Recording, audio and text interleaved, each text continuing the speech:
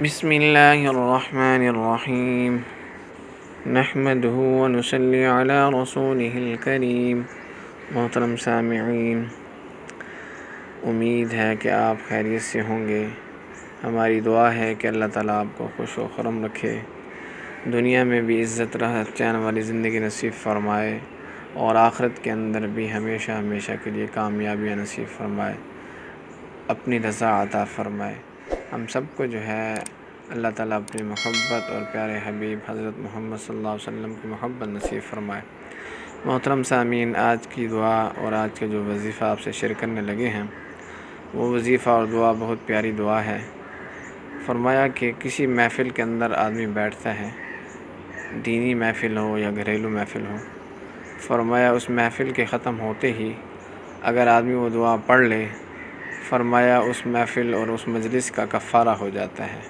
سبحان اللہ، کتنی بڑی فضیلت والی بات ہے۔ حدیث پاک کا مفہوم ہے، حضرت جبیر بن معطم رضی اللہ تعالیٰ عنہ روایت کرتے ہیں کہ نبی اکرم صلی اللہ علیہ وسلم نے فرمایا، اللہ تعالیٰ اپنے بندوں سے بہت زیادہ پیار کرتے ہیں۔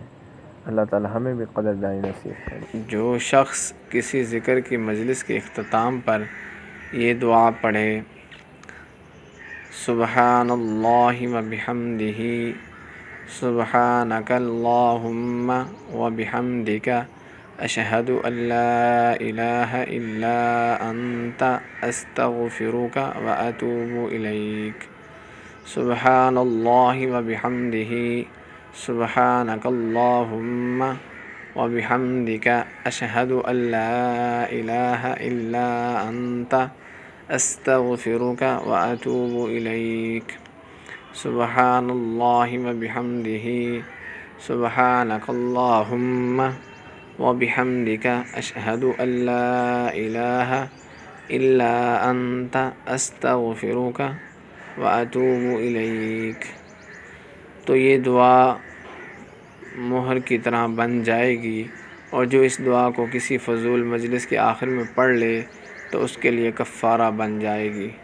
سبحان اللہ۔ محترم سامعین، اللہ کتنے مہربان ہیں اپنے بندوں کے اوپر۔ ہمیں چاہیے کہ ہم اپنے اللہ رب العزت کو پہچانیں۔ میرے محترم سامعین، اللہ جیسی ہستی، اللہ کی محبت جیسے اپنے بندوں کے ساتھ اللہ کو محبت ہے، کسی اور چیز کے ساتھ آپ اس کو مشابہت نہیں دے سکتے۔ محترم سامعین، اللہ تعالیٰ مجھے بھی، آپ کو بھی، ہم سب کو عمل کرنے کی توفیق نصیب فرمائے۔